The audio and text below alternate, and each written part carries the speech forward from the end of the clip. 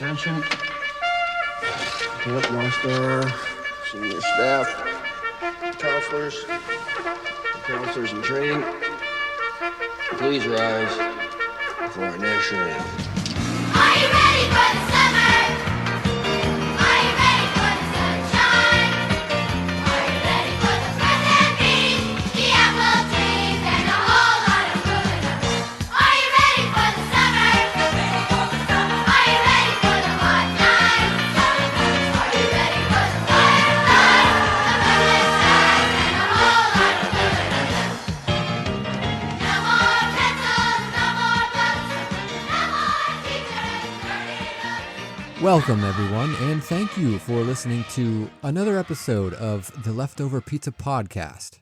Starting this off with a big announcement today, you are all cordially invited to Camp Pizza.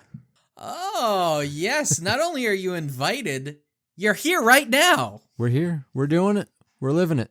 What is Camp Pizza, by the way? Well, it's the summer camp of your dreams. Or my dreams. Well, Our Grimey's dreams. dreams. Someone's Our dreams. Our collective dreams. Maybe a little bit of nightmares in there, too. Depends on how you feel about the wilderness. But, we thought it would be fun to take a trip this summer, and instead of sitting at home like we usually do in our office with the AC blasting and cartoons that we've watched a million times playing in the background, we figured we needed a little fresh air. We've been cooped up a little bit too long. Wouldn't you agree, Grimey? Totally agree. Think of this as a full-on leftover pizza event, all involving and revolving around the camp experience. So, cutting I straight like to that, the nitty-gritty here. If you couldn't tell from the fabulous new intro that Derek designed here to kick off Camp Pizza, tonight's show is all about summer camp. Indeed, and it's super interesting because I've never been to a summer camp in my life. Yeah, I was just going to ask you, have you Not ever even been to a once. summer camp? Never? Not once? Well, not an overnight traditional summer camp. I did a golf camp in the summer when I was in second grade once. I don't know if that counts. You know what? I'm going to count it. You better count it. You know why? Because every day for lunch they gave us McDonald's. That's not an exaggeration. Oh, That that's was nice. kind of the only reason I wanted to go to the golf camp. I was like, McDonald's every day?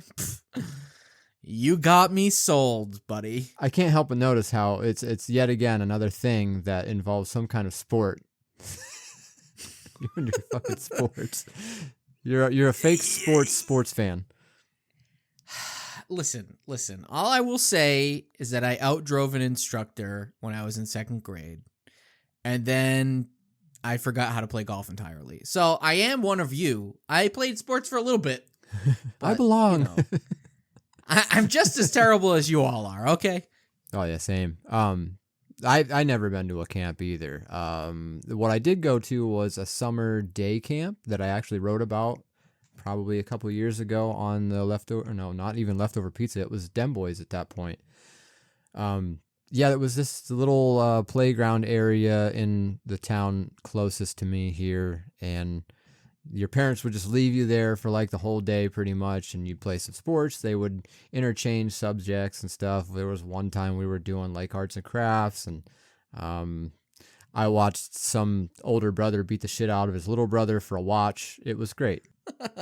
Yeah, didn't you talk about making some like stickleys or something out of your popsicle sticks? Yeah, you remember? Wow, holy shit. Yeah, I remember. I did not pay expect attention. anybody to remember that one. Hey, I'm there. I'm right there, man. Yeah. So, no, genuinely, I'm noticing this trend in a lot of the like camp movies that there's a huge reason why I didn't go there. It's because I'm not a rich white kid. I'm a poor white kid. Okay, well, you know what? I'm glad that you brought that up because in trying to find my picks for this episode, I started watching a bunch of camp movies and TV, like you just said. And the first one that I gravitated towards, because it was the most fresh in my mind, I guess, was Lindsay Lohan's Parent Trap remake. That's a good one, yeah. Because my sister watched it all the time. And I very vividly remember the whole camp aspect. And it turns out that, A, it's not a good fit for this episode because of how little time they spend at the summer Right. camp. Yeah. It's less than 20 minutes, and I misremembered that. I thought it was most of the movie, of the 2-hour movie. It's not. Honestly thought so too. I'm not remembering that at all for some reason. Crazy. Yeah, it's a very, very short amount of time that they spend over at the camp in relation to the rest of the movie. And, to your point, rich white kids. The first thing that they do in that camp is they start fencing each other. And I'm sorry. that is the most rich white kid thing you can do is start fencing at summer camp. Yeah. Please. Hey, what do you feel like doing today, Chris? I don't know. You want to put some suits on and stab each other? Just poke at each other with some toothpicks? Kind of sounds like a good time, not going to lie. Yeah. I mean, when you say it like that, yeah. Well, yeah. Swap those out for some Nerf swords, and we're having a good time, buddy. Absolutely. So, this isn't going to be like talking about sports and stuff like typical summer camps have. You might see some TV episodes, maybe a movie, maybe, you know what, there might even be a song. I don't know. You'll have to listen and find out. Could be. So, Grimey, I have one final question before we kick this off. Hit me with it. Are you ready for the summer? Are you ready for the summer? Are you ready for the sunshine? Are you ready for the present bees, the apple trees, and a whole lot of moving up? Are you ready for the summer? Are you ready for the hot nights? Are you ready for the fireflies, the moonlit skies, and a whole lot of Wanna. We hold you in our hearts. And when we think about you, it makes me wanna fart. It's I hope we never part. Now get it right or pay the price. Now we will share a lifetime of the fondest memories. By the lake of Anawana, sat in the pine trees. Camp on. We hold you in our hearts. But when All right, I'm going to start calling you Donkey Lips for the rest of this episode. Donkey Lips. How could we start a summer camp episode off without bringing up the beloved, the classic Nickelodeon show, Salute Your Shorts? Am I right, Donkey Lips? Yeah. Oh, my Lord. Yeah, no, totally. Well, I can't say I remember a whole lot about this show. I definitely watched it whenever it was on and I was around. Like if it was on, I was zoned into it. If it wasn't for the catchy opening theme, It makes you want to fart. it makes you. It It, makes you did, wanna man. fart. It absolutely did. Yeah.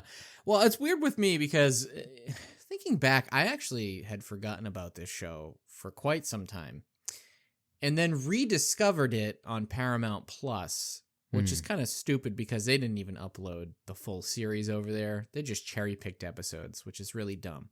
But a couple summers ago, I said, I think I know what this is. Watched a few episodes, and I was like, wow, this show is excellent. Like, this is exactly what you want in a show about a summer camp. It doesn't really get much better than this.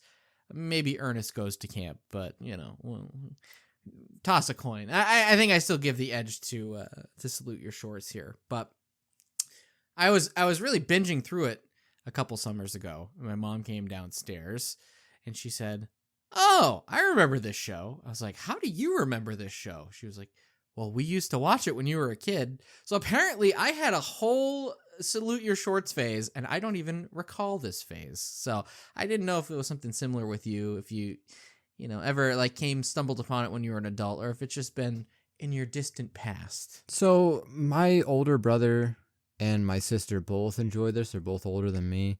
This show's pretty fucking old, I'm not gonna lie. Like, I know it was there probably before me, I'm assuming, or right around when I was born. Do you happen to know the year? Right around when you were born. I think first it year was was 1990. Okay, so I was born 89. This came just after me.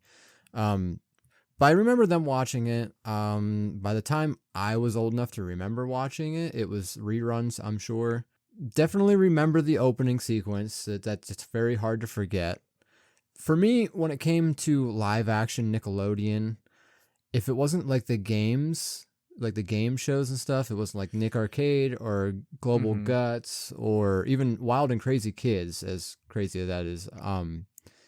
I wasn't really zoned into it that much. But this one, for some reason, caught me off guard, and I did watch it. I actually watched this more than I watched the Adventures of Pete and Pete, and I'm like a total fanatic of that now. So Yeah. Pete and Pete is like your holy grail. I can't it I is. can't believe how much you watch Pete and Pete. It's kind of crazy, kind of wild. yeah, it's a sickness, man. Is it a sickness if you enjoy it? Mm, No, yes, maybe. maybe, I yeah. don't know. Either way, Salute Your Shorts. I started to look up a little bit about it because obviously I've been watching it and it's great. But first off, I can't believe I didn't pick up on this. They go to Camp Anawana, right? That's their camp. Do you understand? Do you know what the name is based off of? Camp Anawana? I'm going to assume it's I don't wanna. Ah, God damn it! It is. I never pieced two and two together. I would have never known though if you didn't kind of like fixate on it. If you weren't like purposefully saying this right now, basically, like I wouldn't have put two and two together. But yeah, it makes total sense. Anawana. Yeah, it makes sense, and it's pretty good too, because like it's right there. But like you said, if you're not paying attention to it, you do what I did. You just assume it's some sort of like a Native American word. Oh, and you're yeah. just like, yeah, all right, I'm going along with it. That's all the summer camps have some play on this about a word that I don't know, that I'm not clued in on. So you just accept it at face value. Hidden Camp in plain Anawana. sight. Yep, hidden in plain sight. And apparently, this was also based on a book from Really? 1986 called Salute Your Shorts, Life at Summer Camp. So I actually tried to go find that book for this episode specifically. And the most recent listing that I could find was $750 on eBay. So needless to say, I am not breaking my very, very proud streak of not having read a book since 5th grade. I'm So, sorry, Derek, but know. you need this book. We can't damn it, continue the I know. podcast if you don't have this book. I know, I need more money. Oh. Hey, Grimey, can you loan me like $750 so I can buy the book? I got you, bro. I got you. Let me just That's so nice of you. ask my mom. Oh, yeah. Thank you, Mrs. Grimey. We really could use this for historical archival purposes. Yeah. So I don't really remember any of the characters' names or anything like that, but I definitely remember like the asshole of the group. He's like that Roger Klotz looking motherfucker. Oh, Bobby Budnick. Is that it? Budnick? Mm-hmm. Bobby Yeah. Budnick. Yeah. So there was Little one redhead episode son of a bitch. I specifically remember of him, and he has like a crush on one of the girls at the camp, and they're like floating around in a canoe. That's all that comes to mind, though. Okay, well, wait, hold on. There's this other episode that he's in, and he has a pretty sizable part in this one. And actually, I don't even know how they managed to do it, but they got Arnold Schwarzenegger to be in the episode. And Arnold is like, yeah, no, it's wild. He's playing like this robotic killer, right? And he's just chasing after these two kids. I don't know who the other one was, but Bobby Budnick is in it, and they're riding around on dirt bikes. And That's and a whole he's other. chasing them. That's a whole other movie, man. No, dude, that's Salute Your Shorts. I'm telling you, straight up. It's terminate your shorts. No, I don't know what you're talking about.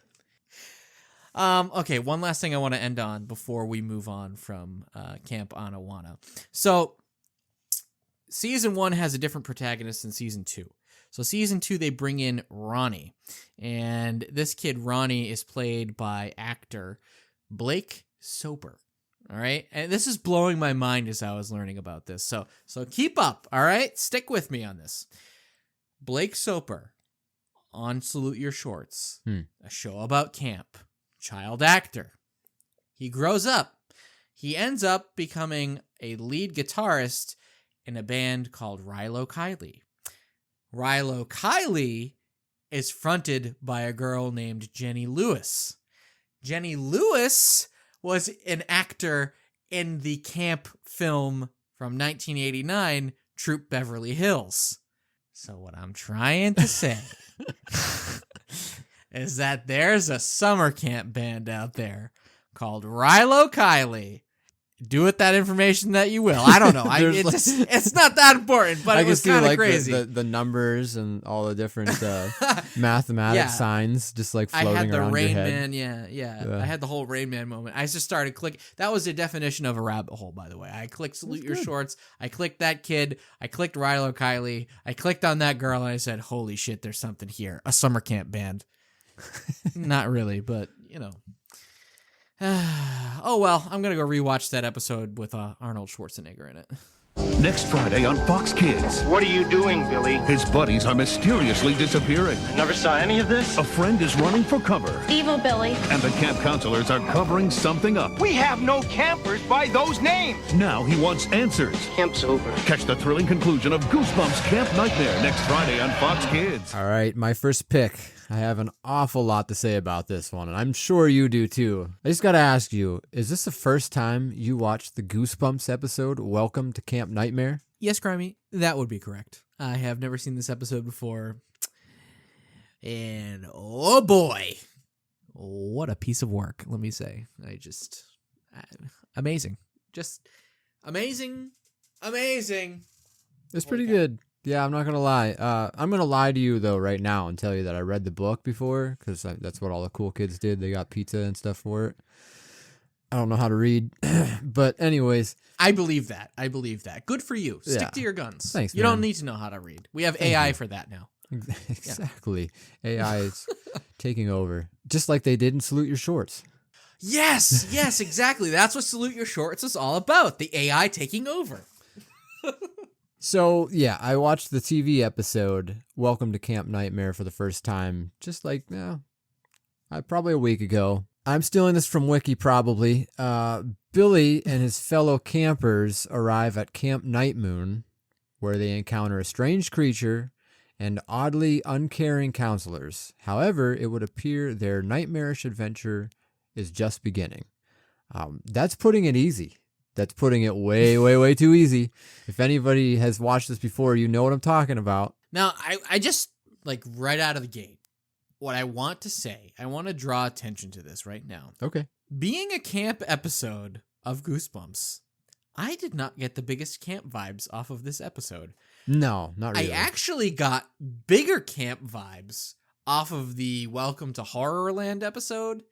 There's that scene in that episode where, for whatever reason, there's like a rapids ride. Basically, remember that the monsters just bring the family down to the dock, and there's just this like shitty canoe with like holes in it that's just smashing up against the dock. And that, oddly, had bigger camp vibes than the actual camp episode of Goosebumps. That's true, yeah. But, what it did lack in camp vibes, it's chock full of everything else. Literally. Exactly. There's a little shortcoming on the visuals via camp, but, wow. Yeah, please, just take it away. Okay, yeah, so this episode starts out batshit crazy right off the bat. There's a bunch of kids in this bus. The bus driver just stops, beats them all out of the bus, throws all their shit out, and then just takes off. That's strike one. I thought that was pretty weird. That was like my biggest fear as a kid. I say not seriously because everything was my biggest fear as a kid. I was a chicken shit. But, that was a concern of mine, was just being abandoned for no reason by an adult. Dude, that's terrifying. Like this bus driver drives you to the middle of nowhere. It's an adult. You're supposed to trust the guy. And then everybody's begging and pleading with him as he's throwing their bags on the street and he's not giving them an answer. They're like, why are you doing this? And he's just like, fuck you kids, goddamn, throwing your bags out. And then just like speeds away. What the hell's that about? So yeah, he throws all their shit out and bails.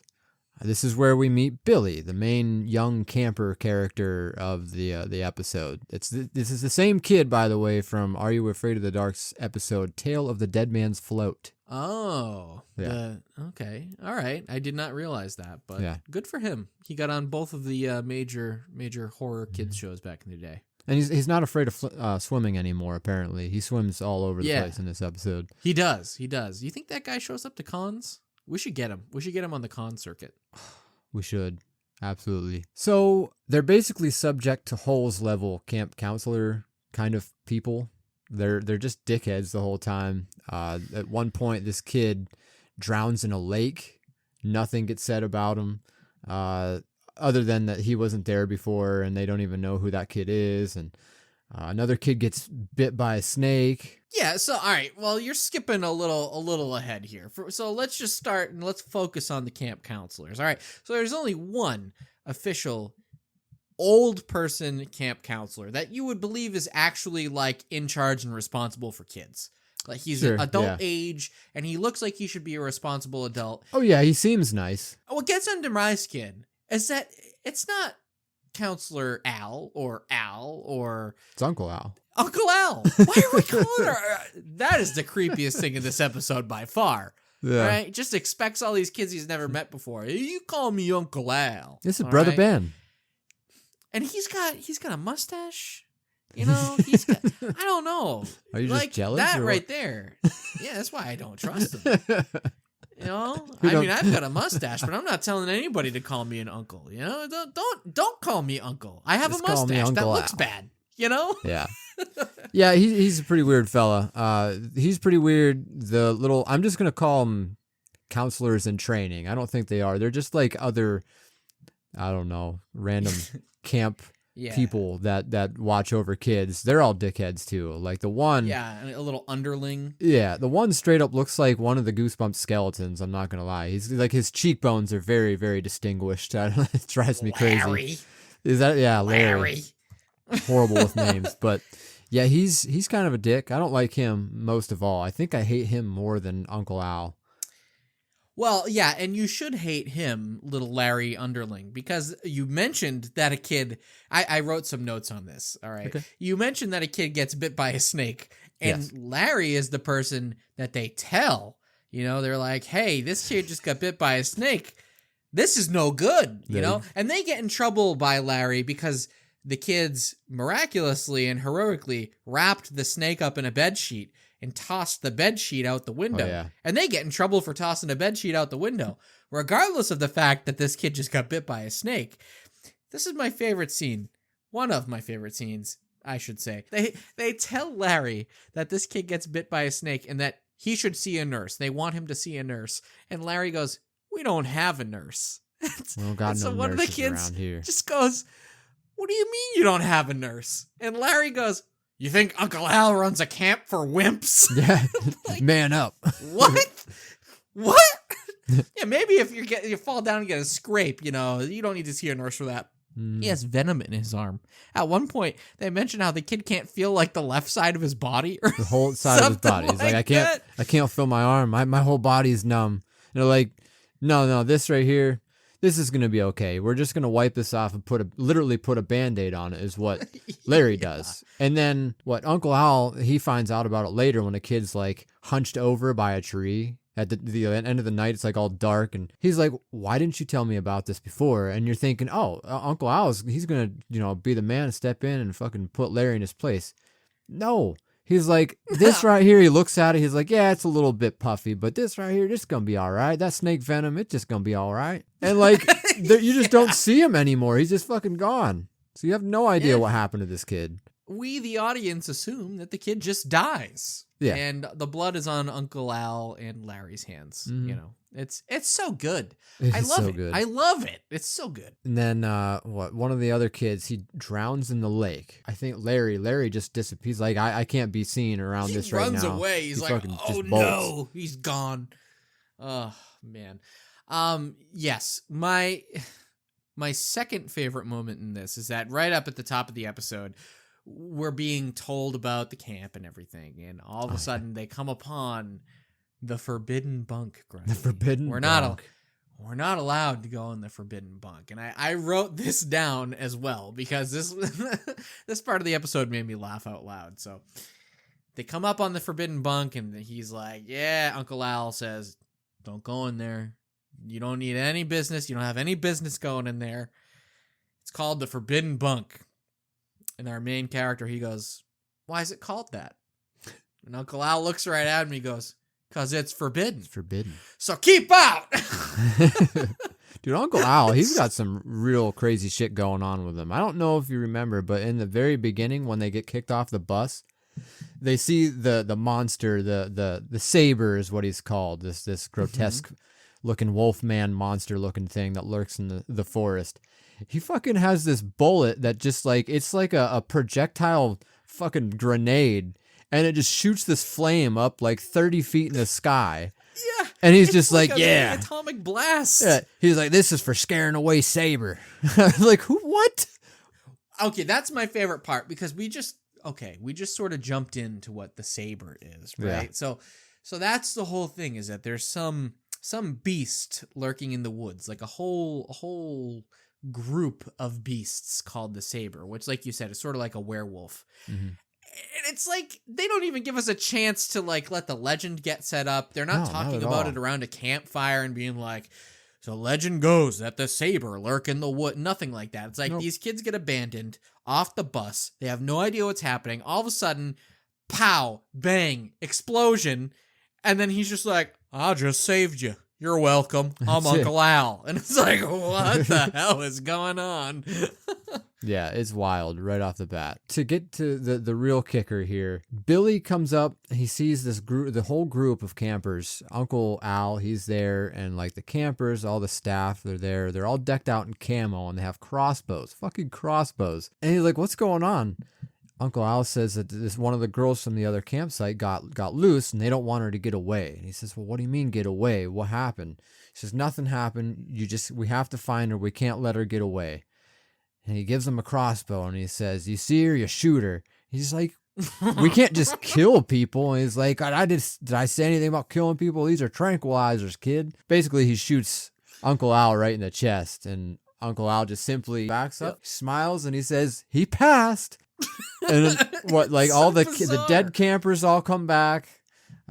Billy's family, his mom and dad are there who weren't supposed to be there. They all come They're up. scientists, by the way. They are. He They're mentions scientists. at the top that his parents are scientists. That's Yeah. very important to the end part here of this Yeah. episode. And he's like, what the fuck's going on here? You guys are all alive? Like, what is this? He's, what do you mean I passed? He's like, well, son, we're going on this expedition, and we wanted you to come with, but the only way you could come is if you went to this facility here. It's a giant governmental testing site, and you had to pass the test, and you passed, so now you can go. And Billy looks at his parents and is like, well, what's the expedition? What are we doing?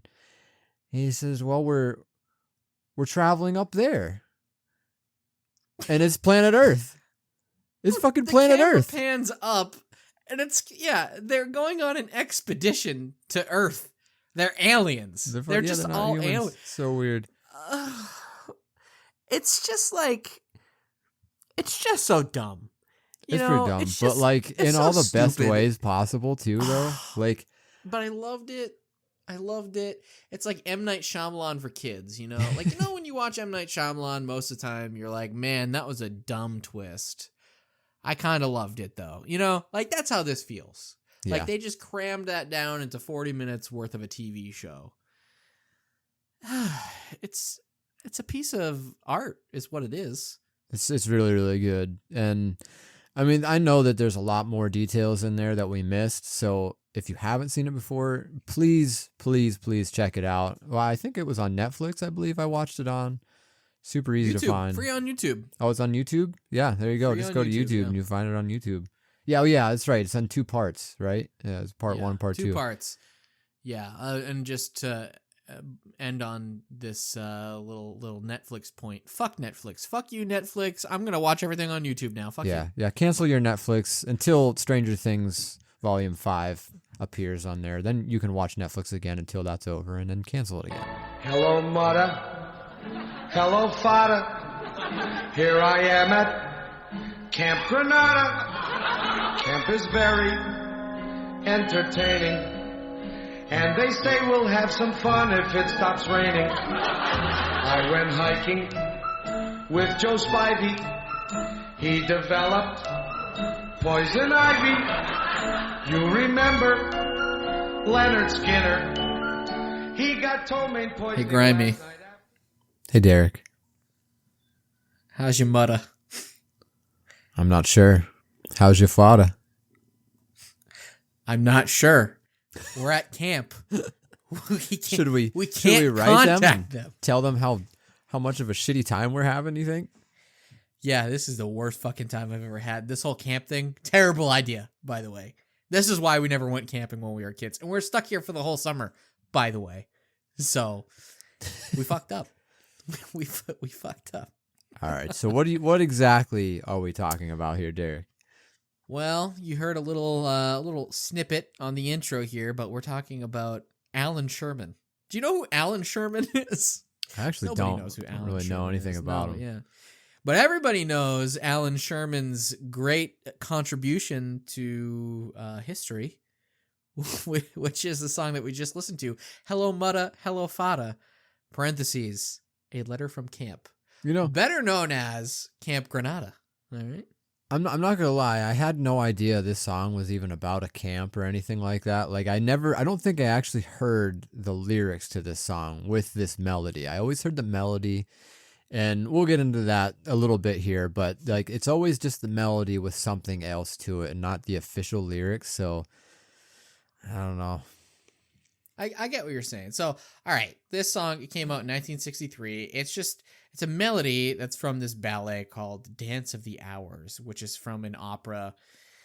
I'm not even going to say it. I don't even know how to pronounce it. Something in Italian. So all you have to know is that there's just a piece of music from an opera that this guy, Alan Sherman, wrote novelty lyrics to, and it became like one of the top Billboard charting songs of like the 1960s, which is just blowing my mind. But you've definitely you've heard it before. Everybody's, I think, heard this song in one form or another. Is this the opera it came from here that you have written down here from the opera?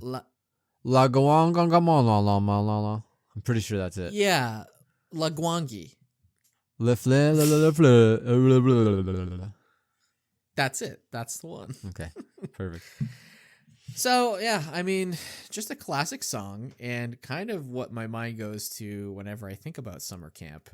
Just right away, straight away. Because it's just about, it's actually based off of Alan Sherman, his kid. He sent his kid to a summer camp in the 60s, I believe. And the kid wrote home all the time just bitching about how terrible camp was. So the dad just thought it was the funniest thing ever and turned it into a song. And here we are. We're here 50, almost 60 years later, talking about that very song because a kid bitched. So if there's a lesson to be learned here on this episode, if you bitch, some two random dudes on the internet might be talking about you, 50, 60 years from now. That's the thing about summer camp, though. Like, I don't know. If you're not an outdoorsy person, you're not into sports, you're not into kayaking and the great outdoors, like, you're not going to have a good time, I've gathered. But, like, I feel like I'm minus the sportsy stuff. I'm not an insane sports fan or anything. Like, I mean, I'll kick a soccer ball around, I guess, if I fucking have to. But like, I'm not into that. But I'm into all the other stuff. So I don't know if I'd fit the kids' perspective, I guess. Like, I don't think I would fit in that category there of writing home to my folks all the time. But I suppose I understand it. I understand where he's coming from. Like, you're probably sweating your nuts off and you're not really enjoying yourself. You have to shower in these like little chintzy showers that probably haven't been cleaned since like the dinosaurs, and and it's probably super cold water when you do get to take a shower. oh yeah, If no you're hot not just water. being Oh forced Jesus to, fuck. Yeah, clean off in the lake maybe. But Mhm. yeah, I mean, in this whole song, the kid just goes on and on and on about all the terrible things that have happened since he's been there, and he's only been there for a day. Spoiler alert, he's been there, and since he's been there for a single day, a kid got poison ivy, somebody got poisoning after dinner, so food poisoning. The lake has alligators, and his bunkmate, he has malaria, and somebody almost gets eaten by a bear, and he misses home so bad that he would even let his aunt like kiss him all over. So that's how bad things are going for this kid. And then Where the fuck are they camping at? The Oregon Trail? Well, what's that campsite where all those guys were freezing and then they had to eat each other? That one. The Donner Party? Yeah, the Donner Party. Maybe that's where this kid is. I don't know. Fuck. Donner Party, table of 12. Holy fuck. So it does end on a bright note. Like I said, he's only been there for a day. And then last 4 lines, wait a minute, it stopped hailing. Guys are swimming, guys are sailing. Playing baseball, gee, that's better. Modifada, kindly disregard this letter. So he was really just cooped up in his bunk, and he was pissed off that he had to be inside and not actually getting to play with other people. So it has a nice little happy ending there. But it does highlight a bigger issue of summer camp, and probably why I never would have survived when I was a kid. You're telling me that I need to spend weeks outdoors and interacting with kids? No games and no movies and cafeteria food? Are you nuts? And that's, that sums it all up. That's I'm a glamper, I think, is really what I am. Give me an RV, give me a cable hookup. Give me a Game Boy. Give me something that's not outdoors related, just for like 20 minutes. And then I'll enjoy the rest of my time outside after that. Hello, Blue Jay. How are you? Blue Jay. Hello, Sparrow. What's new? Howdy, Robin. Nice day, isn't it? The McDonald's Happy Meal, guys. What are you doing? Practicing our bird calls. Bird calls. Yep, I hear you only as good as your gear. But Cat McDonald and Happy Meal, you get gear like this mess kit or canteen, stuff you can depend on in the wilderness. Cool it, George. One toy with every McDonald's Happy Meal you buy. So you don't like cafeteria food, Derek? Well, I can't say that I'm a fan of cafeteria food, but yeah, actually, no. That's my answer. No, not a fan. They don't like camp. Okay. Well, don't like it. How would you like a McDonaldland, a Camp McDonaldland Happy Meal? Well, now you're talking. Do I have to golf in between, or?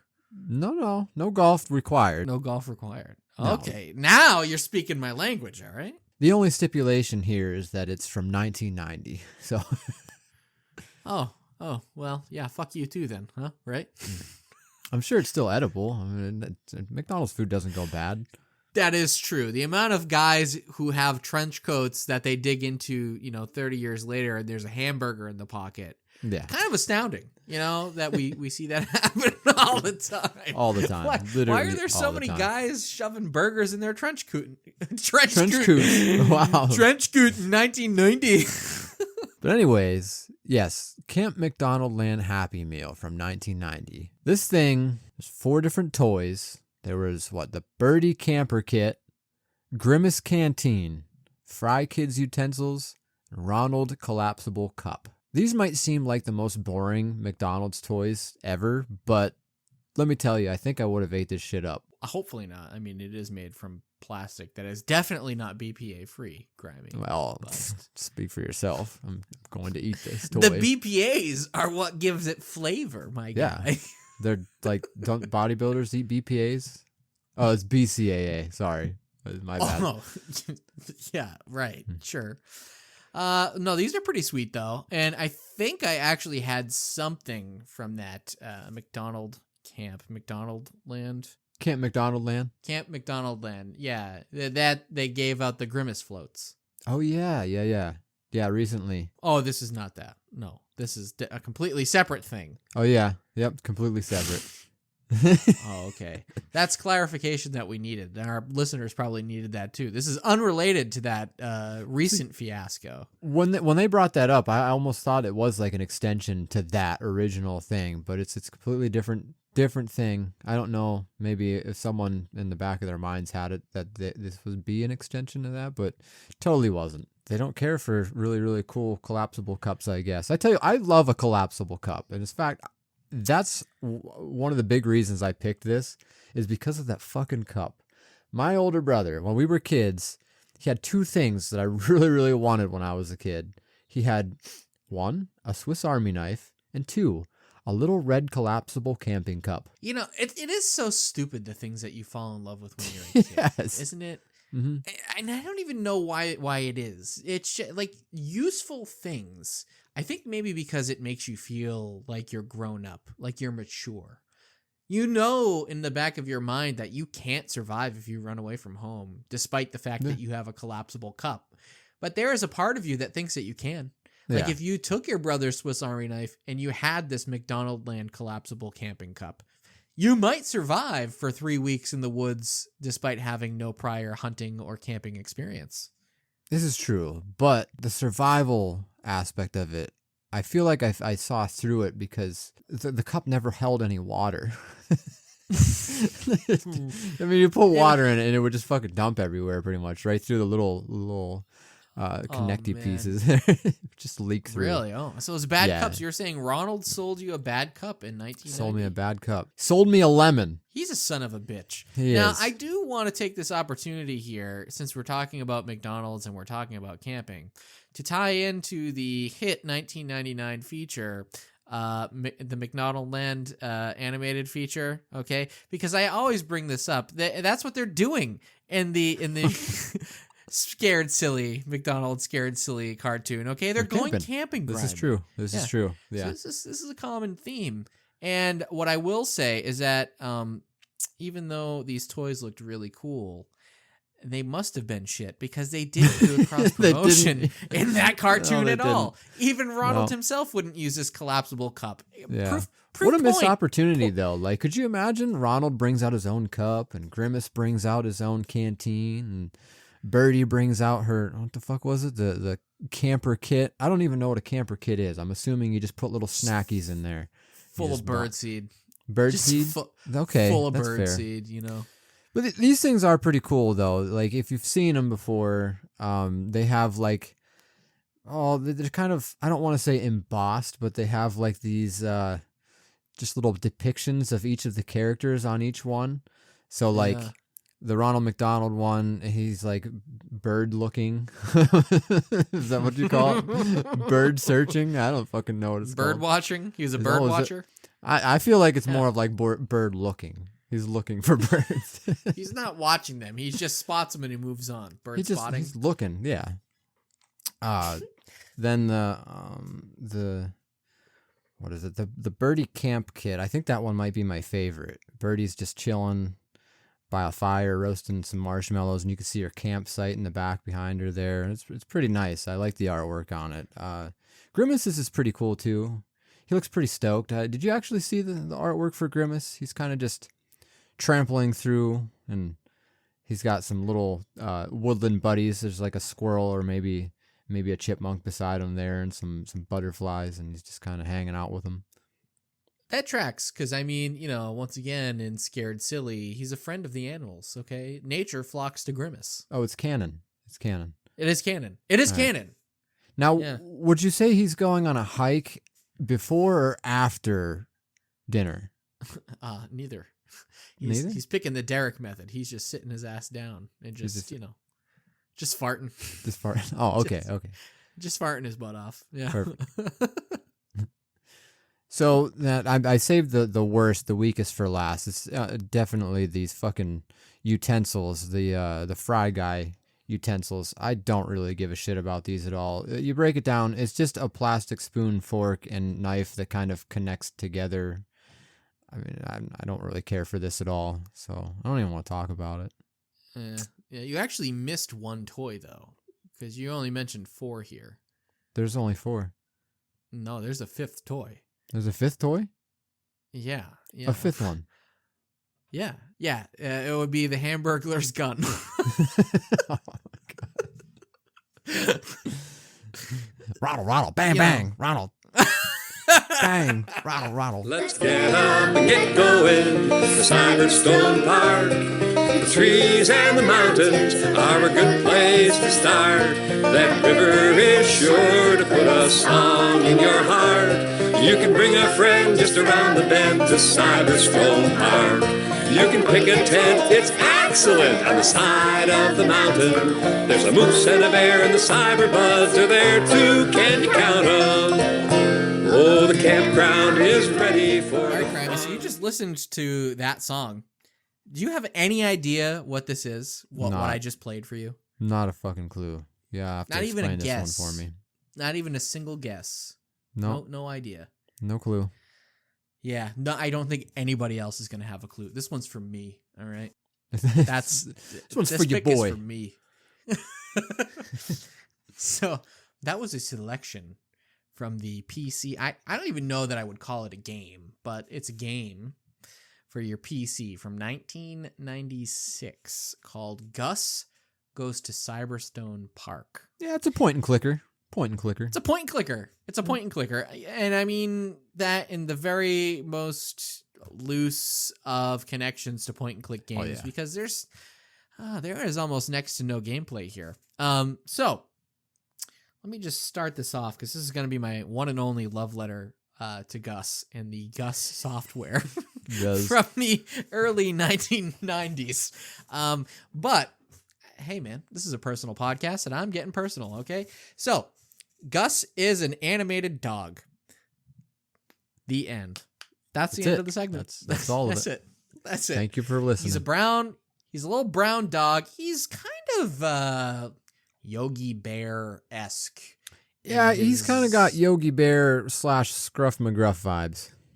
Yeah, okay, yeah, McGruff, the crime dog, absolutely. Yeah. He's just got very mascot quality, like think like Chuck E. Cheese. You'd totally expect to see this guy on like a cereal box or something.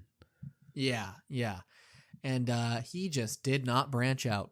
he never got anything. I'm kind of baffled by that, because I feel like he would have done so well if you branded him as a mascot. Like it didn't go nowhere. Mm-hmm. He almost even had like Barney qualities about That's him. true. Okay? Yeah, I can see that. So, but this guy, he never got any cartoons. He never got any, products. He never had a movie. He never got an album. All this guy, Gus the dog, all he had was this early Microsoft software from the early to mid 90s. And then he just sort of disappeared off the face of the earth. And I don't even think that many people knew about him as it was happening. My parents, my dad specifically, was actually pretty in tune with computers and software back in the day. So I have no doubt that he's the person who actually found this for me. The first time I played it, I was probably 2 years old.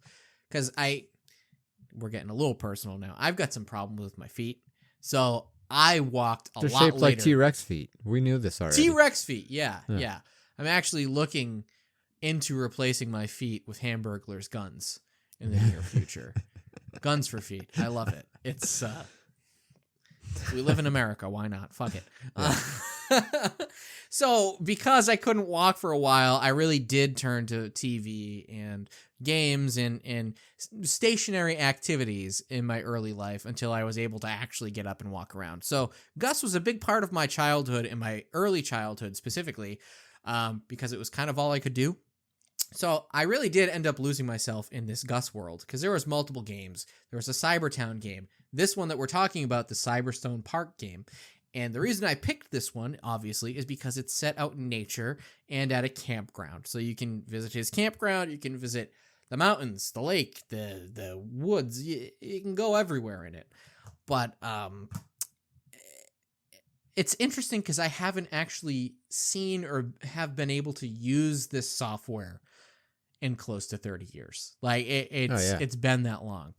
And so when we were going through the idea of a camp show, I remembered about this game, and I actually found out that there's some blessed little website out there, and I'm going to give them a shout out. It's called classicreload.com. And I don't know how the fuck they do it, but they actually, on the website of things, emulate old Microsoft operating systems. It's wild. And then take old programs like this, and like you can actually just play the game in a browser. Mm-hmm. Kind of blew my mind. So I found out about this, clicked around, found this game on that website, and was actually able to play it for the first time since I was like 2 or 3 years old. And it blew my mind. It blew my mind of how bad this thing is. It is so bad. I really, really like it. I'm not gonna lie, but I will say, while I'm watching all of the little animations and all the little animals and stuff do their thing, I'm not sure if I'm just conditioned this way now from being a 90s kid and living through this era, but I totally was waiting for one of them to be put in a blender. I was like, this looks like Joe Cartoon. I'm like, there's gotta be something fucked about to happen. I'm like, this looks exactly like Joe Cartoon cartoons. I was like, I see it. It looks oddly familiar. What am I missing here? I feel like it was him, like behind this, but it was like, listen, do the stuff you do already, but not fucked up. Like it has the same visual style as something like an Elf Bowling, or Totally. anything from back then. You're right, where it was sort of like flash animation where you are expecting one of these characters to like blow up or like get beheaded or something like that. Yeah, or It just like never fucking happens. Gus turns into like this murderer or something, or like starts eating all of like the helpless animals or something. Oh, that actually would be pretty interesting. Like rebooting this for the modern age, same sort of graphics and everything, but maybe taking a cue from something like Five Nights at Freddy's, where Gus is just like this demented being, and it's some sort of liminal horror where you just have to wait to find out that he actually is this fucked up He's like, killer or something. "Where are you, kids? I smell you. Come out, you can't hide." And then the nice upbeat song starts playing again. Yeah. My name is Gus, blah, blah, blah. Yeah. Speaking of the songs, like, there's not much particularly good about this. Like, the guy who voices Gus just sounds like a random middle-aged man, like maybe even past middle-aged a little bit. Like, he's not a particularly great voice actor. Yeah. I mentioned Barney earlier, and it's sort of He's very in the style of Barney-esque. Barney-esque, but like cheaper. Yep. They were like, "Listen, pretend you're Barney. We'll buy you Subway for like a week." That's probably how this went too. He was like, "Well, okay, I can do it." I like footlongs. So yeah, I mean, like I said, everything is like not great, but that's all part of the charm. But like the one thing that is really, really good about this are the songs. They're like fully produced camp style songs, and you get kids singing along with Gus, so it really does have that early 90s like kid show quality to it. Yeah. And they're not bad. Like the songs themselves, they're, dare I say, they're even a little catchy. They're bops. They got some bops. Yeah, you're right. Gus bops. The two things I really want to focus on, I don't think that you got this far, and that's okay. If you keep clicking around throughout the campsite and throughout the forest and everything, you'll come across actual super low res, highly compressed videos from two park rangers. Really? And they're real people. And these people, Ranger Rick is one of them. And I don't remember the woman's name. I apologize. I was just so captivated that I forgot to write it down. They're giving you like the worst camping tips I've ever heard anybody give. And because they're so compressed, they're through a filter like Oh, this. man. You really can't understand anything that's going on. So it's basically like opening your brand new gateway computer back in like the very early 90s and having nothing on it except for Encarta and just like going through Encarta and watching videos. Super low res videos. It's Encarta level. Absolutely. Oh, it's great. 100%. I love it. And then the last thing I just wanted to bring up are the characters. I have no idea what any of the characters' names are aside from Gus, because I don't even know that they name them. But there's like a little water droplet character. There's this like robot futuristic dude who's like kind of cool. And it didn't dawn on me until today when I was clicking around again. All of these characters inside Gus are like super, super reminiscent of somebody that you'd see on the Burger King Kids Club. Like they could be a part of those guys. Either way, I'm just saying you could take these extra side characters from Gus and you could draw them into that famous picture where they're all like, all those kids are drawn in one group. You could just draw them in the background and you wouldn't know that they didn't belong there. Or just blend right in. Blend right in. Bunch of chameleons. Yes. Yes. Yes. Anyways, if you want to waste 20 minutes of your day, you can always go and look up the Gus games and play them in your browser. Might be fun to do at work, might not, I don't know. I'll be the victim. All your life. I'm going to be an actress. Brava! Now, Amanda, jump in. Swim out a few yards and start drowning. Help me! Help me! I'm drowning! Help me! I'm dying! I can't swim. So yeah, I know everybody's new obsession right now is Netflix's Wednesday series, and it's all the rage, and we love Jenna Ortega, but I'm going to take you back to 1993 to a little movie called Addams Family Values. Boy, I'm glad I got through that in one try. Never heard of it. Don't know what it is. Never heard of it. You heard of it. They made movies of the Addams Family back in the 90s? They did, man. They made two very, very good movies, in my opinion. I think the first one's a little bit better, but the second one's pretty good, too. You've never talked about these before. You've never brought these up. I've never brought them up before. Nope, not once. I don't know anything. You know what? I'm being facetious, and I don't mean to sound like an asshole. That's not my intention here. But I also have still never seen the Addams Family Values, but I feel like I know it. Just enough. Because of me? Because of you. Because just talking. You've watched it vicariously through me. I have. I feel good about that. I think I'm not going to break this streak either. I don't think I'm going to watch it. I'm going to learn even more about it today. And I feel good about that. I'm not even trying to say that to be mean. I feel good about this because you do a good job explaining it. Oh, thanks. I feel like I'm there with you. Yeah. It's like when Black Hawk asked if Cap would tell him who his woman is. He's like, no, I don't think I will. Oh, shit. Yeah, that's where I'm at. Yeah, so you're going to watch it? Okay. No. All right. Well, I'll sell you on it. And maybe you'll change your mind, okay? No, I won't, but I will listen. Okay. And I will learn. Listen, I will learn more about this film. Never watch it. All right. So in the film, we see a new addition to the Addams family. His name is Baby Pubert. He has a mustache, by the way. This baby is born with a mustache. Oh. Yeah. Oh, See, now you have to watch it. No, I don't. But So- I can picture it, and it's amazing. It's very amazing. So there's a third child of Gomez and Morticia, whom Wednesday and Pugsley, basically they try to eliminate this kid through various comical and yet homicidal ways. Yeah, I actually have seen that one scene. Okay. Yeah, Pugsley pulls out his Hamburglar gun and tries blasting a hole Jesus through Christ, the baby. I mean, it's not too far off. You're not too far off there. He actually puts him in a guillotine. They put him in a guillotine, the baby, and he stops it with his index finger and his thumb. So the baby's already, he's using his index finger and thumb. He's already like on the way, So yeah, the kids, they want to get rid of the baby.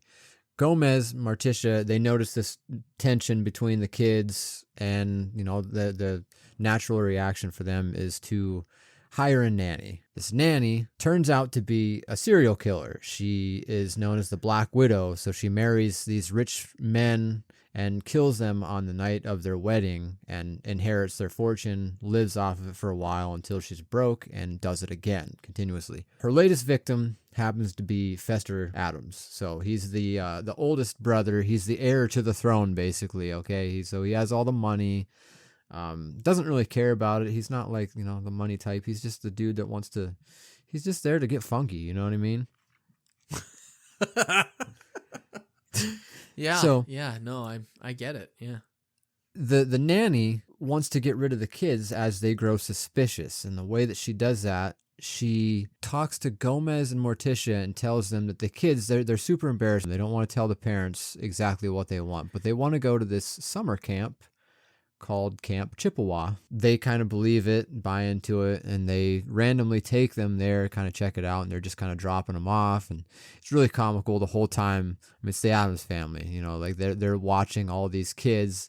Like Gomez at one point, he's like, the smell of fresh pine, as he's like puffing on a stogie, and he's just like looking at the place in just like horrible disgust. And then as he's talking about it, he's like lighting Pugsley up a cigar. It's hilarious. So kids are there. They get stuck there at summer camp. I will say, out of all the camp movies I've watched, this one is by far the douchiest camp out of all of them, for sure. I mean, just stuck up little bitches everywhere. I hate all of these kids. I really do. I hate every one of them, especially the main camper. I can't remember her name, but she's a little bitch. I'm telling you. Wow. And that is the one interesting thing about the Addams family is that I don't ever think of them as being rich, but I know that they are. That's their Right. whole thing. They just they have money, Yeah. So the fact that they would end up at, as you put it earlier in the show, a rich summer camp for white kids is just, it's kind of funny. Yeah. It's pretty funny, actually. It's pretty funny, man. No, they like really harp on this being like the rich white kid camp. Like in the beginning, the two camp counselors are like talking about it. Like, this is the camp for privileged young adults.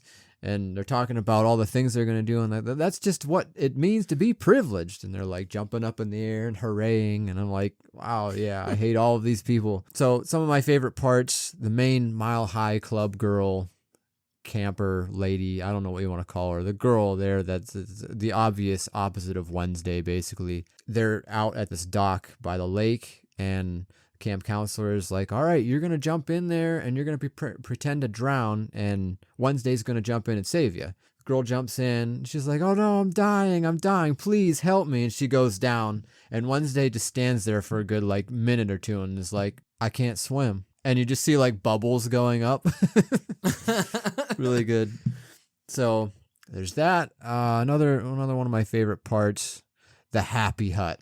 The Happy Hut is a place where kids who aren't quite Camp Chippewa go when they're not being quite Camp Chippewa, apparently. So they're Wednesday Pugsley and this other random kid. It's actually Wednesday's love interest in the movie. And it's like an all pink room, hut, whatever you want to call it. And it has like, I think there's like a Michael Jackson picture, and there's a picture of Prince or something in there. And it's like all really, really happy. And they're watching, like, I think Bambi was mentioned.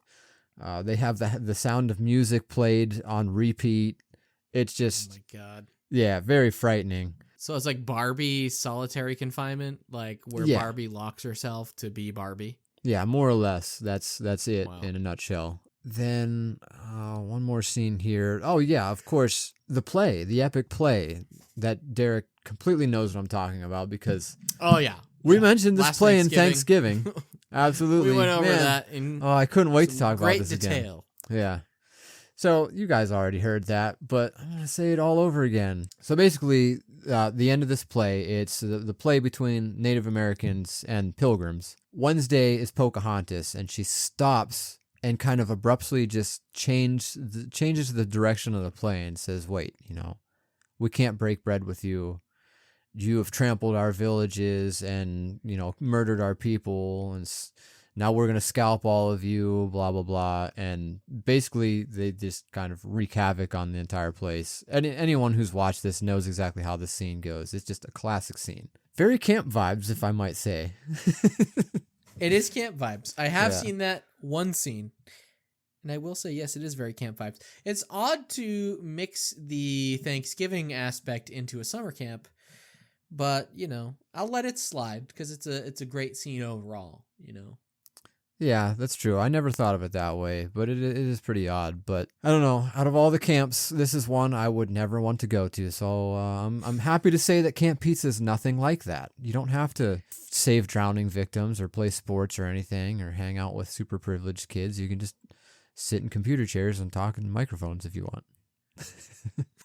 Yeah, the only catch is that the room is painted pink and there are just pictures of Prince everywhere. He's not even lying. That's not a lie.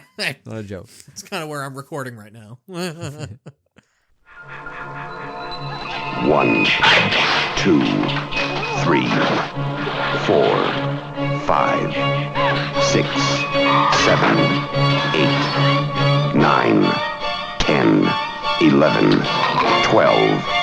Friday the 13th. You may only see it once, but that will be enough. Friday the 13th, rated R.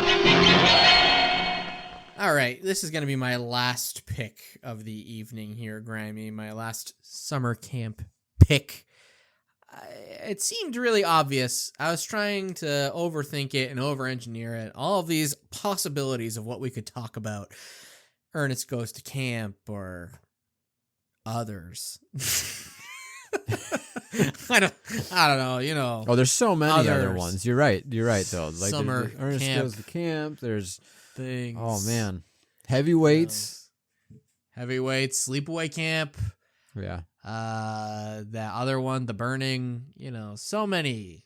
Yeah. So many options. No, really. I was like, all right, I'm thinking too hard about this. What do I really want to talk about? What should we talk about? What do you all expect us to talk about when we're bringing up summer camps?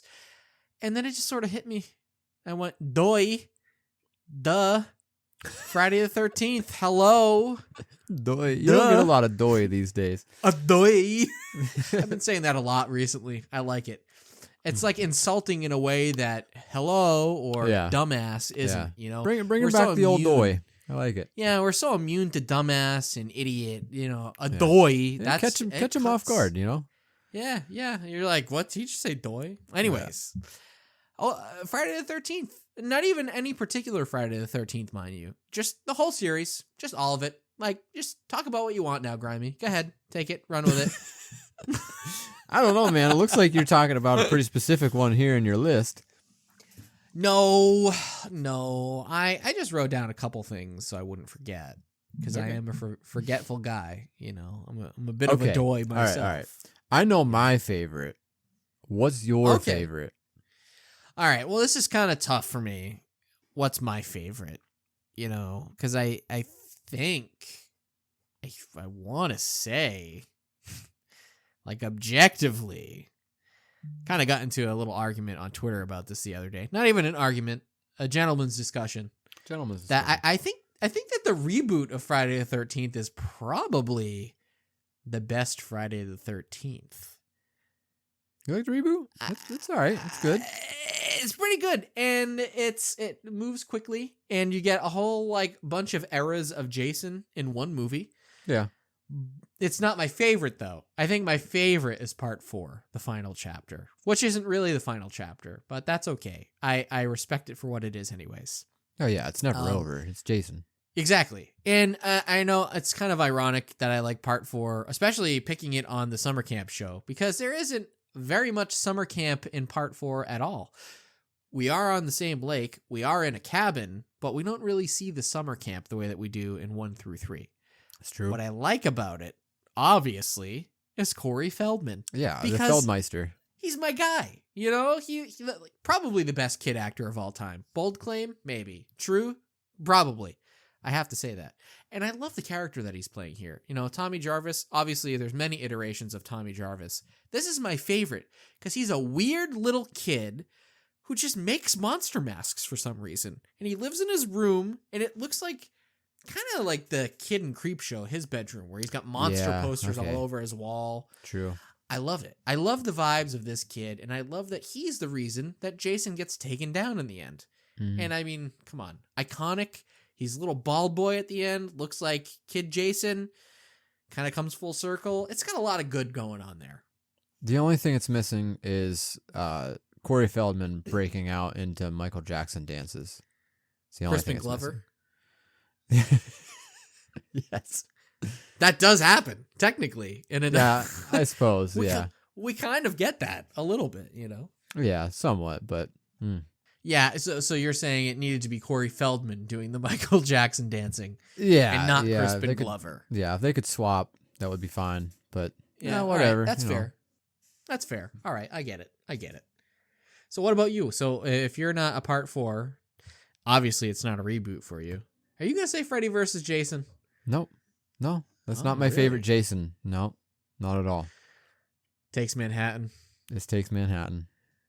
Yeah. And I hesitated because there's no camp at all. There is no camp. And there's barely any Manhattan. There's like almost no Manhattan. There's a lot of Canada. And a lot of boat. Yeah. We have way too much boat, probably. I really do like Takes Manhattan though. Yeah. That was part 8, right? Am I It was gonna 8. have that right? It was I'm sorry. It was VIII. Right, VIII. Yeah. Because VII is Jason versus Carrie, basically, is what that is. Pretty much, yeah. But VIII, it's pretty good. That's Jason takes a boat. Jason takes a boat. Jason on a Carnival cruise ship. And everybody is puking over the side. Absolutely. Oh, fuck. Jason takes the ferry. I guess to speak more broadly on Friday the 13th, I mean, I must sound like a parrot repeating myself, but how many times on the show have I said, I don't want to hear about Friday the 13th at any other point in the year other than the summer. And it makes sense. The whole series is based around a summer camp. We're talking about a summer camp today. That's our whole theme. We're at a summer camp today. How could I not bring up Friday the 13th? This is like, I've been leading up to this. This is our Infinity War of camp crossover. All right. We had to talk about this. That's true. I guess if I was going to bring up anything else Friday the 13th right now, it would probably be the Nintendo game. You're just the camp counselors walking around. All of a sudden, Mike Tyson Jason comes out and starts fucking punching you and shit. I mean, it's pretty good. Yeah, it's I played that quite a bit growing up because I think I've mentioned it before, but my uncle would always sort of cycle through his systems. If he got a new one, it would revert to me. So he had that game. He had the Jaws NES game. He had a Godzilla NES game. But that Friday the 13th one is one that I always kept going back to. So it's sort of burned into my brain, and I just never understood how it worked. I don't get it. I still don't. It's not a game that you play because it's good. It's a game that you play because, like, it's got some interesting 8-bit vibes to it. And then obviously it spawned a whole skin for Jason that really wasn't even intended to be a thing. A purple and teal Jason. Mm-hmm. If the 2010s had anything, the 2010s were the year of the resurrection of 8-bit Jason. That, for sure. That is what the 2010s were for sure. It's just everybody embracing and putting him up on a pedestal. Oh, for sure. To just, equal all of the other iterations that we've had across all of the different films of Friday the 13th. Forever immortalized in plastic, like 3 different times. Actually, probably 4 or 5 now. I can't tell you how many times I've seen people dress up as him at like different cons just through photos and stuff like that. I've had people come to my house for trick or treat dressed up as 8-bit Jason. So, well, NECA just took that ball and they just started rolling with it. When they were putting out those replica masks, probably 2014 or 15, they put out an 8-bit Jason variant, which I thought was crazy. So yeah, that was something to behold. But yeah, I mean, aside from that, movies, TV show that didn't really even tie into the series at all. I don't understand that one still. I don't really get it. But okay, so quickly before I stop talking about Friday the 13th, the reason I like the Friday the 13th reboot so much is I really, really like the first 25 minutes of that movie. Because the first 25 minutes of Friday the 13th, 2009 is like the best Friday the 13th movie. And then we get to do it all over again after 25 minutes. It's like this condensed little Friday the 13th story where with campers, it's kind of a perfect horror comedy. They find a bunch of weed growing. They're all stoners. They're all having a good time. And then Jason basically does the hits. Like he does what you expect him to do with killing all of these campers. And then he even repeats some old kills. Like he picks somebody up, if I'm remembering this correctly, and he slams the sleeping bag against the tree and kills the person in the sleeping bag. Picks him up in the sleeping bag and just starts fucking beanbagging it against the tree, which was also redone in Jason X. Yes, exactly. And I think he lights it on fire, if I'm not mistaken, in the reboot.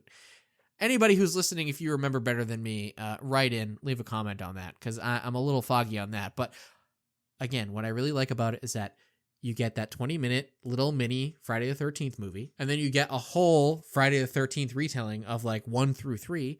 It's perfect. It's perfection. It's so good. And Jason is fast, and I like that. I like fast Jason. That's kind of freaky. And he's running around through tunnels underground? Yeah. Wild. That's pretty freaky. So yeah, bottom line, we could not have a summer camp show and not talk about Jason. And I kind of want to hear from you guys. So if you're part of the Leftover Pizza Club, just tell me what your favorite Friday the 13th movie was. And let's get a discussion going, because I'm here at camp and I just want to stay inside. I don't want to be outside anymore. So I'm going to sit on my phone and we're going to talk on Facebook. I gotta get!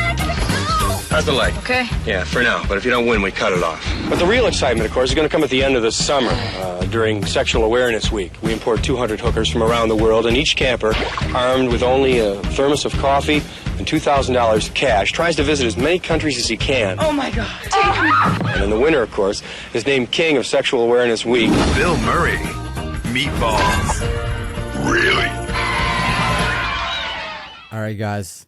My last pick of the evening. This one's a slightly older one. I'm assuming most of our listeners, if not all, maybe all of you, none of you might know about this movie. I think They know. You Oh, think? they know. You think people know? Oh, I they don't know, know. man.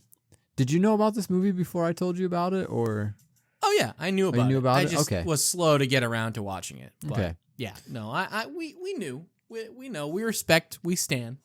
Well, if you haven't seen this, you absolutely have to change that, especially now that we're in summer territory.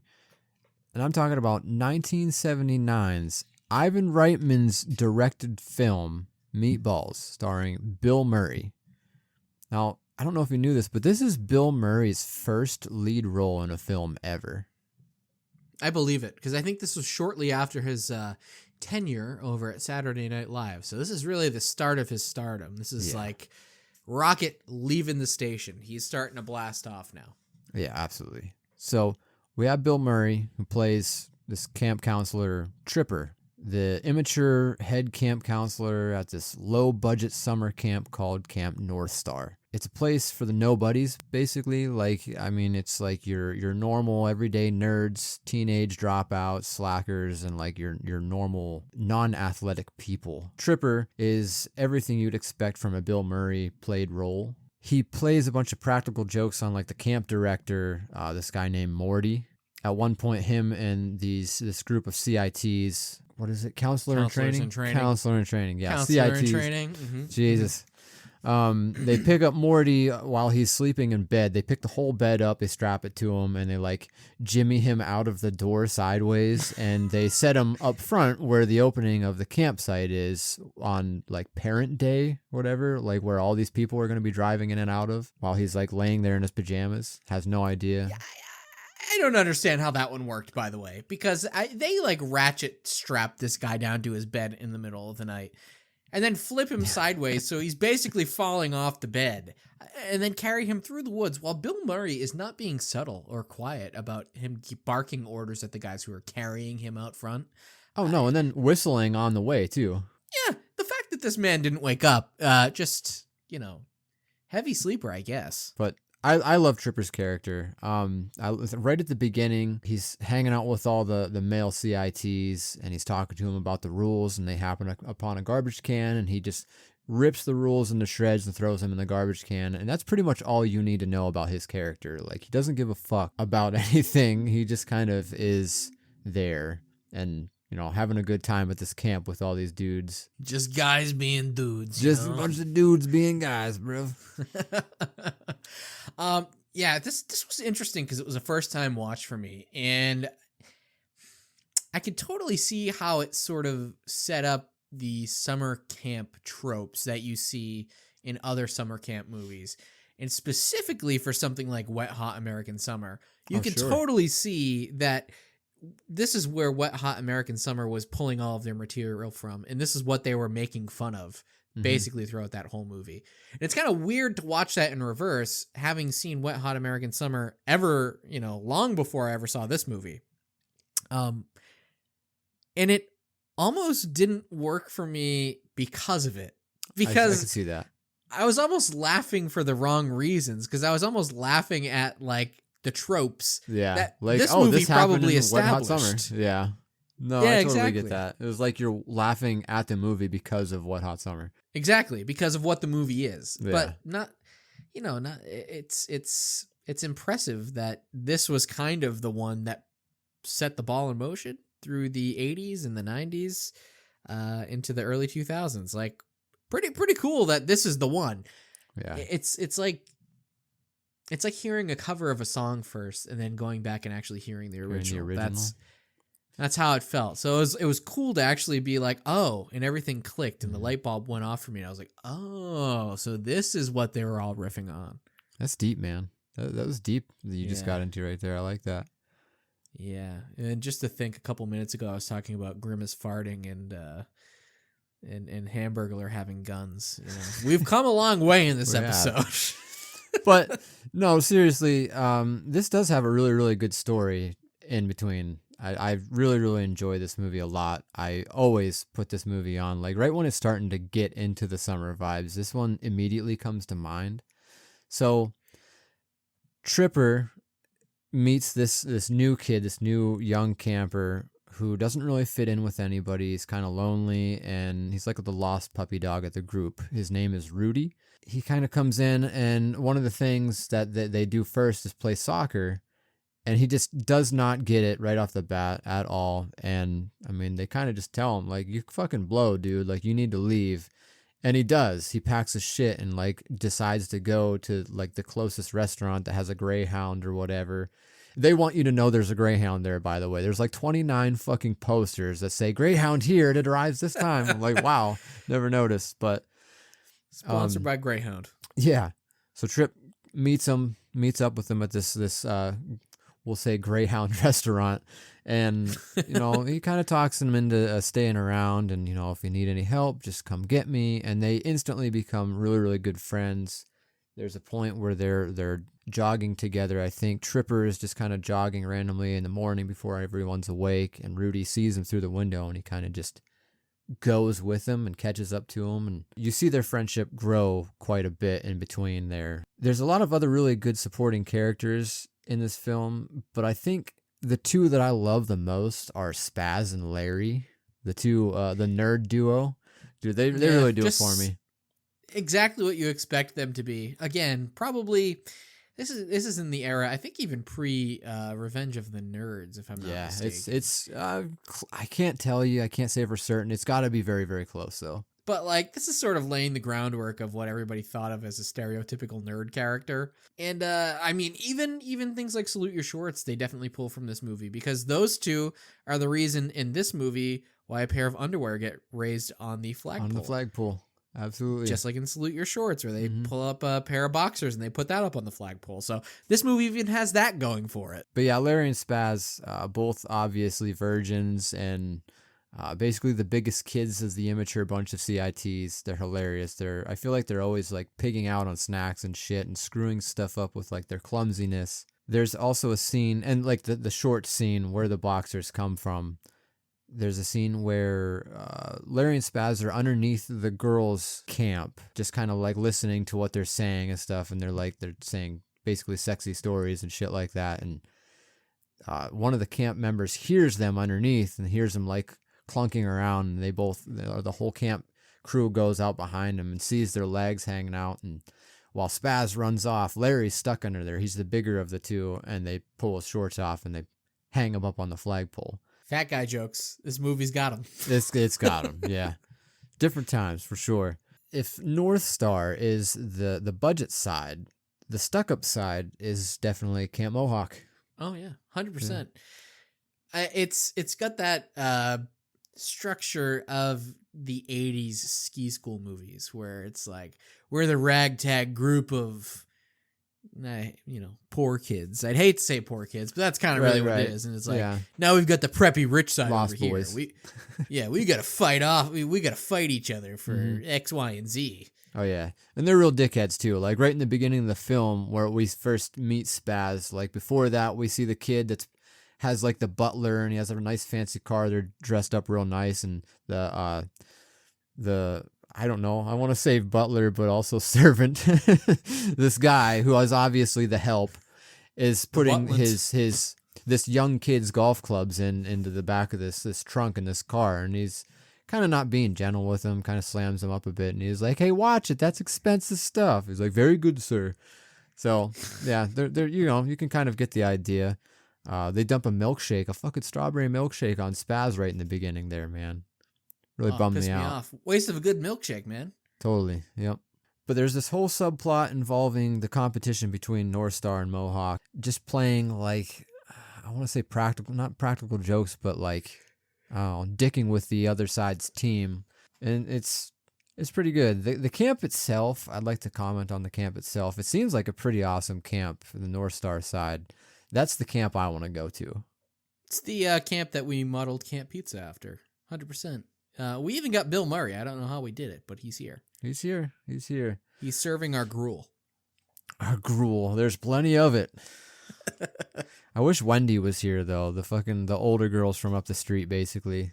Yeah, no, they're like 75 now. They're not leaving home. I'm sorry. Sorry to break the news to you, but they're not coming out for you, Grammy. No, not at all. But in the long run, this film, it really is, it's summer vibes to a T. It's one of my favorite camp movies of all. I mean, they can't all be as good as Ernest Saves Camp, but this one's pretty damn good.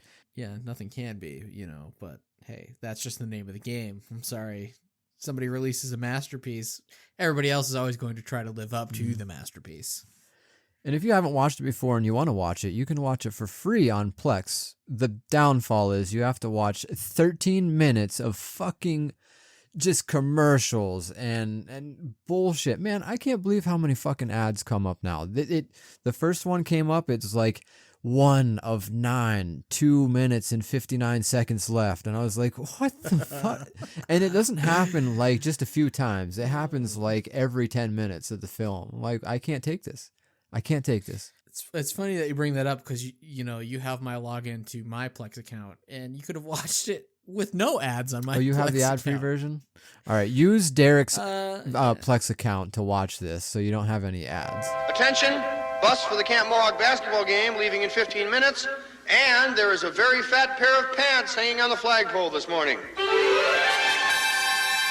right, Grammy. Well, I think that's gonna wrap it up for our first episode from Camp Pizza. What do you say? Absolutely, this was a fun one. This was it was a challenge to say the least, but also a fun challenge. Yeah, we had some good times. We shared some laughs. If nothing else, this episode taught me that I am ready for the summer, and I am ready for the good times, Grimey. What about you? Oh, dude, I'm ready. I'm ready for the summer for sure. I think this is going to be a fun one.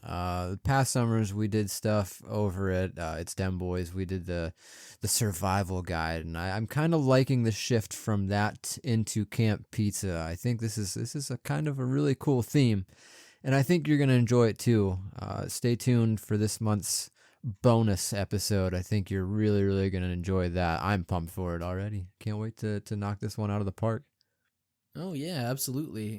Make sure that you check it out over on the Patreon, patreon.com/leftover pizza podcast. We'll be buzzing over there on this month's bonus show, like Grimey said. And if you liked this, there's a lot more in store for you because we're not leaving Camp Pizza for the entirety of the summer. So we're going to be recording all of our episodes from Camp Pizza, and we hope that you join along with us. Absolutely. So be there or be triangular. Oh, I get it. You get it? You get it? Hey, if you guys want to feel like you're actually part of the camp, take the trip with us, you can hit up leftoverpizzaclub.com and check out our shop right now. We actually do have an exclusive Camp Pizza tee that we're going to be wearing all summer while we're climbing ropes and rowing canoes and tweeting from our air-conditioned glamp stations. So, but, if you want one, you can get one and pretend like you're doing everything that we're doing, too. Yeah, and I'm not going to lie. I don't mean to toot our own horns, but toot, they're fucking dope, dude. They're I really good. like them. I think They're you'll like good them, too. shirts. So, yeah, definitely check that out. Definitely check that out. Speaking of checking things out, check us out over at Facebook, Leftover Pizza. That's our official page over on Facebook. And speaking of Facebook, the Leftover Pizza Club on Facebook. You join there, you get yourself a nice little welcome letter and a free sticker. It's really, really sick. You don't want to miss out on that. Yeah, we have a lot of good discussions over there. And I'm sure we'll be talking about a lot of summer-related things over in the group. So make sure you definitely join over there. And while we're at it, if we're talking about socials, you're going to want to follow over on the Instagram page at Leftover Pizza Podcast because Grimey takes a lot of beautiful photos. And I'm sure this summer here at camp, he's going to be taking some camp-related pictures that you're just you're not going to want to miss. Your eyeballs will thank you for joining us over on Instagram. And while we're at it talking about socials, I will be tweeting all day, every day about how I miss AC and I hate bugs on the Twitter. And you can find us there at Leftover Pizza Club. That's LFTOVR Pizza Club. And I promise you, it's a good time. Absolutely. Whether you like books of faces, you like tweeting boids, or if you like grams that are instant, you got all your choices here. Choose one, choose all of them, whatever. But the one thing you should definitely do, subscribe and leave us a rating, because we love that shit. 100% rate and review. We haven't seen any new reviews lately, and they do help. So, toss us a little star rating, 1 through 5, depends on how you're feeling and if we've been doing a good job or not. And a couple supportive words are also nice. Kind of keeps us going and keeps us chugging along. So, absolutely, all of that in a bag of chips. And we love you. And I'm going to go roast some weenies out on the campfire because it's getting dark. It is a little dark out here. I'm getting cold. I should probably start the fire up. Well, that's it. I'm out. See you next time. We'll catch you in the next one. I'm going to go put on some bug spray. I'm getting fucking eaten alive out here. Oh, yeah, me too. Damn bugs. Ow. Mosquitoes. All right. Catch you in the next one. Smoke and drink and fool around. We're Nookie bound. We're North Star CIT.